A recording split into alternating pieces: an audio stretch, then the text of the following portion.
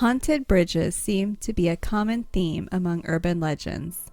The woman in white, or blue, as we've already seen, was the tragic case in episode 2 with Delia and Lake Lanier, is a classic example. But one that we stumbled on while doing research for this week's episode was the Crybaby Bridge, or different variations of it. In its most simple form, a crybaby bridge is a bridge that has been cursed by the death of a child or children, and their lingering cries draw new victims into succumbing to whatever nefarious designs the said curse entails. That legend has grown and taken many different shapes over the years, but certainly the meat and potatoes, the root details always linger no matter who's telling the story, when it happened, or where. There is a tragedy on a bridge, and if you stop your vehicle on that bridge, you will be subjected to whatever haunting or curse that has left its mark there. A baby crying, handprints or footprints across your windshield, a visit from a specter or spirit, whatever the case may be. These types of legends are strewn all about the United States, from Virginia, Kentucky, Ohio, Maryland, Texas, Utah. The list goes on. Almost every single state seems to have one or more of its own crybaby bridges.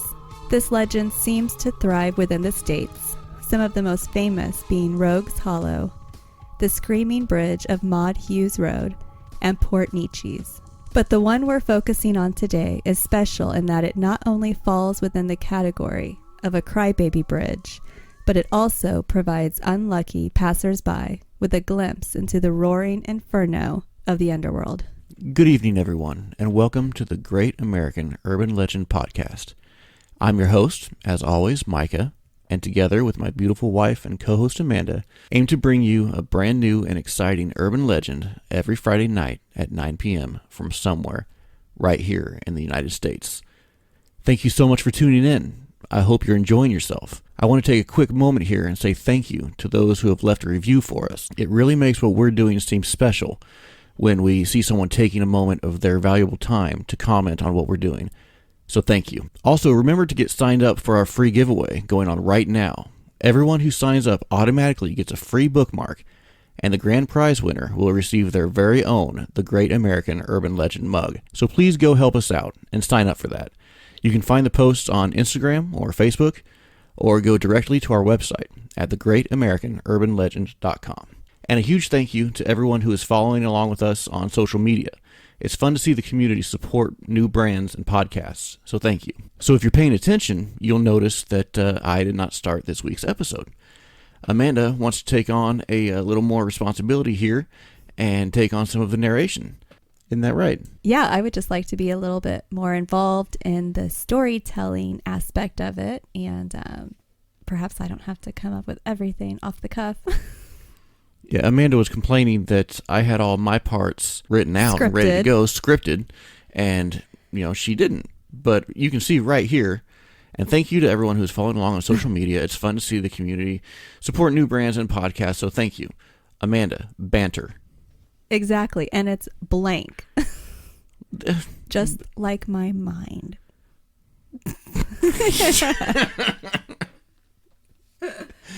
All right, let's get on with it. Okay. Hell's Gate Bridge in Oxford, Alabama has been condemned and deemed unusable since November of 2005. Having once bridged the banks of the Choccolocco Creek on Boiling Springs Road, it is now almost completely hidden away by overgrown grass and trees. Concrete barriers and chain link fences prevent vehicles from crossing this old truss bridge and are even quite the obstacle for those on foot who are trying to access it. But then again, why would you want to? It is, after all, a cursed and haunted bridge. A new and less haunted road called Leon Smith Parkway was built to connect Friendship Road to the Oxford Exchange, leaving the old twisted bridge and road forgotten and wasting away, blocked off and abandoned. It is said that if you were to stop your vehicle exactly in the middle of the bridge and turn off the engine, along with all the lights, you will be visited by the spirits of a lovelorn couple who perished there decades before. They will not haunt you or try to frighten you. They will most likely not even try to communicate with you. You probably wouldn't even notice that they were there until later when you notice a wet spot in the seat next to you, as if someone has walked right out of the creek and still dripping wet sat down beside you. They seem to simply want to sit, maybe catch a ride off the bridge. Maybe they can't communicate but desperately want to. Perhaps there is something keeping them there, something tethering them to this place. But why? What would keep a young couple in love bound here in limbo, in stasis? Why haven't they moved on? Well, that question brings us to the second part of this curse, though it may simply provide more questions than answers. Rumor has it that the veil between this world and the netherworld is so thin here that if one were to travel across the bridge and turn back to look behind them at exactly the midpoint of the bridge, they would, for the briefest of moments, be witness to the very flames of hell through a shimmering secret window at the entrance of the bridge. Now, these two stories seem to share nothing in common, and there doesn't seem to be anything to connect the two at a first cursory glance. But here at T-Gulp headquarters, that just won't do. We pride ourselves in not only our top-notch for the people writing, reporting, and editing that we do here in the studio, but we don't want to forget or take for granted the little guys, those in the trenches battling forces both natural and supernatural all day, every day, just to bring this content to you, the people. I'm talking about our T-Gulp investigative team, our street reporters, our lifeline to the real world. Yes, without them, we would have given up here. We would have laid those two stories out just as they are, and then would have had to fill the rest of our time this week with nonsense. But no, not T-Gulp. You want answers, you deserve answers, and you're going to get answers. Darn it. I'm not gonna lie, I really thought maybe you had forgotten about the T-Gulp. No, I just, when you say it a bunch of times. No, not here at the Great American Urban Legend. Yeah, see, way too long. T-Gulp. So now I'm serious when I say that I am so proud of our investigative team for putting this one together, for finding the hidden puzzle pieces and making sense of it all. Honestly, outside of right here at the Great American Urban Legend Podcast, you will not find this. This is what I believe to be the true origin of the Hell's Gate Bridge. Now, I'm about to lay some stuff on you, and you're going to have to keep up. Take notes and hold on tight, because I've only got one speed, and that's forward. Fastly. That is intense. Right? The reason I went with this story this week is that I truly believe that last week's episode on Stoll Cemetery was in many ways a primer for this one. You'll recall that in Stoll Cemetery is one of the legendary 7 gateways to hell. Caused by a child born of sin and into darkness, children are innocent, and therefore the death or abuse of a child is especially heinous, and oftentimes a catalyst to a shift in the natural order, a harbinger of the otherworldly. This is not just the case in Stoll. This is evidenced everywhere in every culture. Take the Myling, the Uthbird, and the Iterico. You like Iterico? Tyrico. Sure. Iterico? Sounds good. So the Myling, the Uthbird, and the Iterico, all legends of spectral incarnations of lost children haunting the living until they receive a proper burial on sacred ground. The Norwegian word Uthbird actually means that which is taken outside. It is a term for abandoning an unwanted child. In the Scottish version of the changeling lore, it is said that fairies will take newborn children and replace them with fairy children. The newborn human children would then be used as a tiend, or a tithe, to the underworld for another 7 years' reign on the mortal plane. This story can be found in the Ballad of Thomas the Rhymer, as well as in the story of Tam Lin. The bones of a child, known forevermore as the Crystal Maiden, were found in the cave of the Crystal Sepulchre in modern-day Belize. It is said that this child was sacrificed to keep a portal to the underworld closed, and that when the bones were found, they had been calcified and were sparkling and crystalline in appearance. So I say all this to reinforce the idea that unearthly occurrences and wrongdoings of children go hand in hand. I could make a whole episode just on this premise, but that would be entirely too long and too dark for what we're here to do, which is simply bring to light an American urban legend and see what everyone thinks about it. What comes next was not easy info to come by. Honestly, even if you do some pretty intense digging on the bridge, all you're going to find is the same couple of paragraphs repeated over and over again on every website or blog that you come across. The same thing. The lovelorn couple and the window to hell. There was nothing else. But I knew there was something else here. There had to be. This couldn't just be a made-up story that shifted and mutated and grew into an urban legend out of nowhere. This was looking like it might get the better of us. Our investigators were at a dead end. They were tired. They were hungry. They wanted to go home. So I did what any good red-blooded American boss of an international paranormal investigative conglomerate would do. I sent them home to their mommies. I put on some pants, which I haven't done since March because of the whole shutdown thing, and I went digging. Audrey Marie Hilley was born in 1933 in Anniston County, Alabama. Can you guess what city is in Anniston County, Alabama? Let me guess. Oxford? Oxford. Audrey Marie Hilley was also the subject of a telefilm called Wife, Mother, Murderer, as she was charged with the murder of her husband and attempted murder of her daughter by poisoning, and is suspected of killing Sonia Marcel Gibson, an 11-year-old friend of Hilley's daughter, along with poisoning numerous other children in the neighborhood, a neighborhood in Oxford, Alabama, where the Hell's Gate Bridge is located. Hilley was apprehended and then escaped numerous times until she was finally caught by Anniston police after a 4-day manhunt. Soaking wet and suffering from hypothermia, she died of a heart attack while being treated.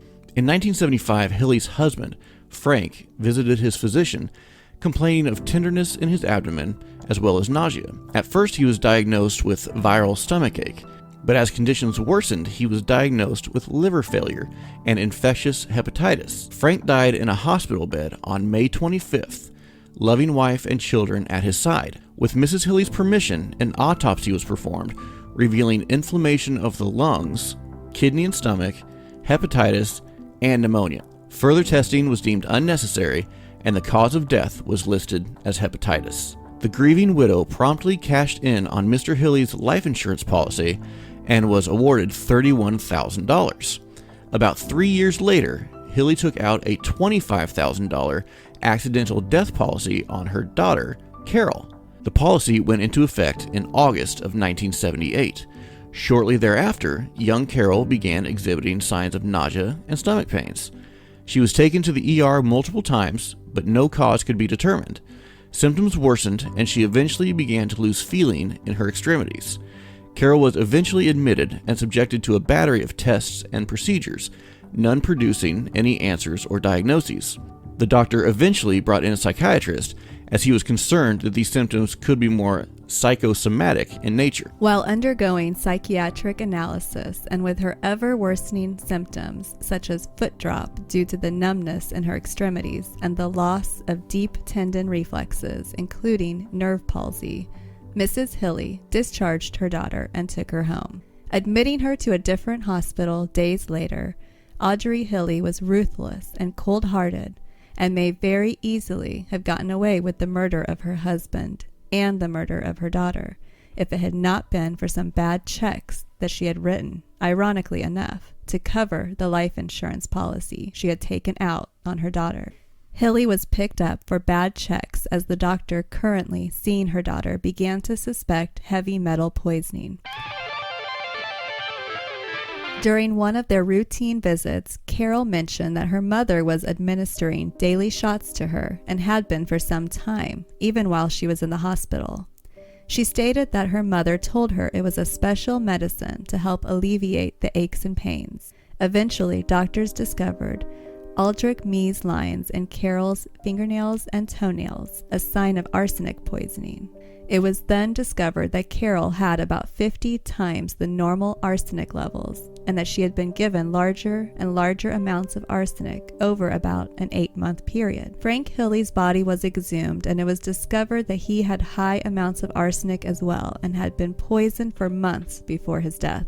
Audrey, still incarcerated for the bad checks, was promptly charged with murder and attempted murder. She was released on bail and checked into a local hotel under the name Emily Stevens. She changed her identity multiple times and became a fugitive from the law for years until she was finally captured, wet, frozen, and dying from hypothermia. Carol recovered and lived a long and relatively normal and quiet life, but the investigation uncovered a startling discovery. Frank was not the only murder Audrey was guilty of, nor was Carol the only attempted murder. Apparently, Mrs. Hilly had practiced her craft on local neighborhood children and seemingly perfected it when a young 11-year-old girl named Sonia mysteriously died in 1978. I found that the legend itself originated in the late 70s, and it started as commuters began to report strange occurrences on the bridge. Now, there is no evidence of a couple ever crashing or perishing on this road or near this bridge. So when looking into what the possible genesis of this haunting could be, I was again met with a big pile of nothing. Zilch. Nada. But not to worry, I still had my digging pants on. In 1978, a man by the name of Robert E. Hendrick Jr., a volunteer firefighter, died tragically while en route to a reported fire in the Coldwater community in Oxford. He was in a car wreck caused by excessive speed as he rushed to help.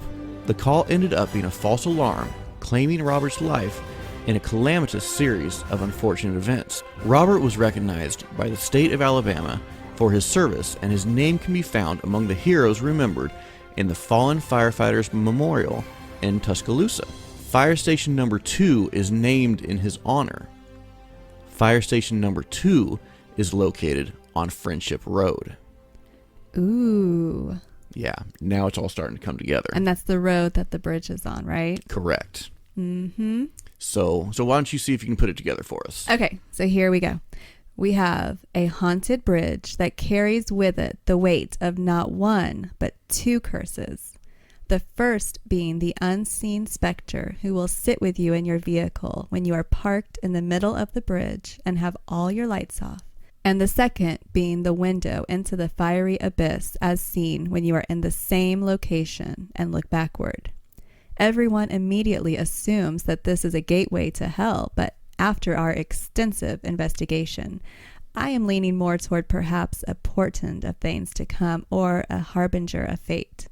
I think the window is there, waiting for something or someone. We have the Crybaby Bridge, but no one has ever reported hearing the cries of a child. Well, that's because our child was 11 years old and slowly poisoned. She doesn't know that she was killed. And we have a firefighter, a modern-day dragon-slaying knight who died doing what he was called to do, protect. I believe that in 1978, our knight met his end as he was startled by the specter of the little girl as she was out on the bridge, scared and alone, looking for her way home. The couple that haunts this bridge is not some lovelorn teen trope, but rather our gallant Sir Richard and 11-year-old Sonia Gibson. Sonia cannot find her way home, and Richard will not leave her side until she does. They cling desperately to any possibility of rescue or transit out of this purgatory, but cannot actually interact with anyone or anything, so they do the only thing they can do. They sit near to the living and plead for them to hear. Of course, they never do, and all that is left behind is a wet spot from where they were seated. Ghosts cannot move forward until they are at rest with this mortal world. They can only move backward or stay stagnant, and unfortunately, there is no going backward for these two, because behind them is a gateway to the netherworld. It is not open for them, and it is not there to entice or accept the innocent. It was opened when Audrey Marie Hilly murdered poor Sonia Gibson.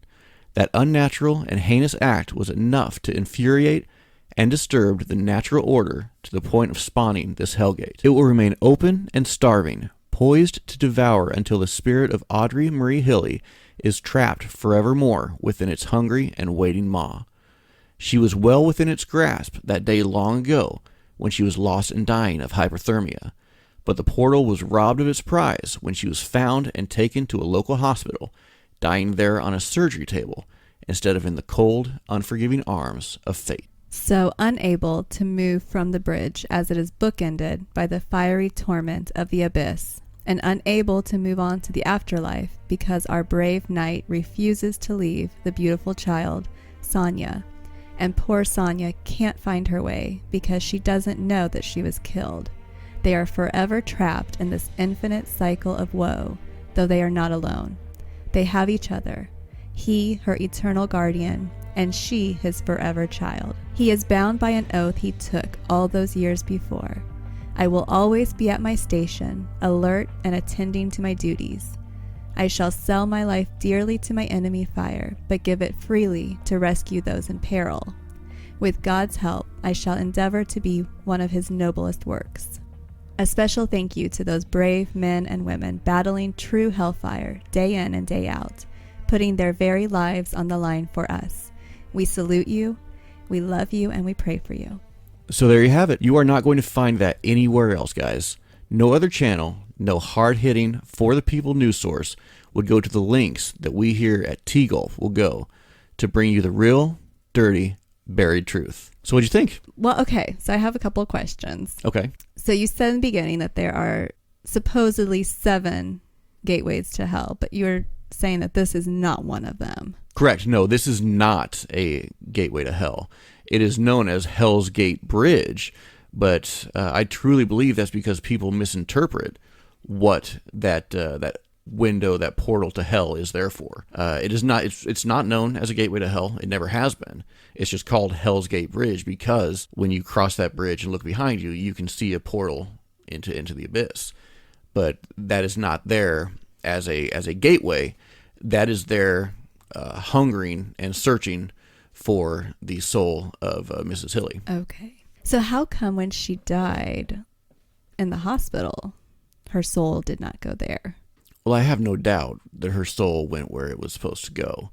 But the fact of the matter is that that portal was robbed of its prize, as it meant to trap her and take her there at the bridge. So it remains open and probably will be for the rest of time. Okay. Now, while you had your digging pants on, did you come across any motive for Mrs. Hilly's murder? Why would she want to poison? I mean, Just I know neighborhood children can be a little irritating, but why would she want to poison all of the kids in the neighborhood? No, so I think her motive was just straight up greed. Just to get the money. That $31,000 was enough to take her husband out. And as sick as it sounds, $25,000 was apparently enough to take her daughter out. So all those children that she poisoned and poor little Sonia that she ended up killing, that was all basically like getting the doses right and practice. Right. Yeah. I do think it's really cool that the couple on the bridge was not what you would typically consider, a lovelorn couple, but it was actually, the firefighter and the child, just kind of as a father-daughter almost type of coupling. Right. And it's such a tragic tale. It took such a sad turn, that they are just stuck there in limbo. She not being able to leave because she doesn't know she was murdered, and he not being able to leave because of the oath that he took to protect. And so they're stuck there forever, but it does kind of have a happy ending that they have each other. Right. Well, I think that's it. Anything else you want to add? So any other questions? Anything else you wanted to address on this, or can we wrap this one up? I think that answers all my questions. All right. Well, thank you guys for joining us for another super fun episode. We love you all and can't thank you enough for all of your support. Please give us a follow, a like, a review. It really helps us to be seen by all the algorithms. Go check us out on all the social medias. Visit our link tree. The easiest way to find it is probably Instagram at The Great American Urban Legend. It has all of our links. Remember to sign up for the giveaway. It's free and it's swag and it's cool. So why wouldn't you? And until next time, I'm Micah. And I'm Amanda. And this has been The Great American Urban Legend. Good night.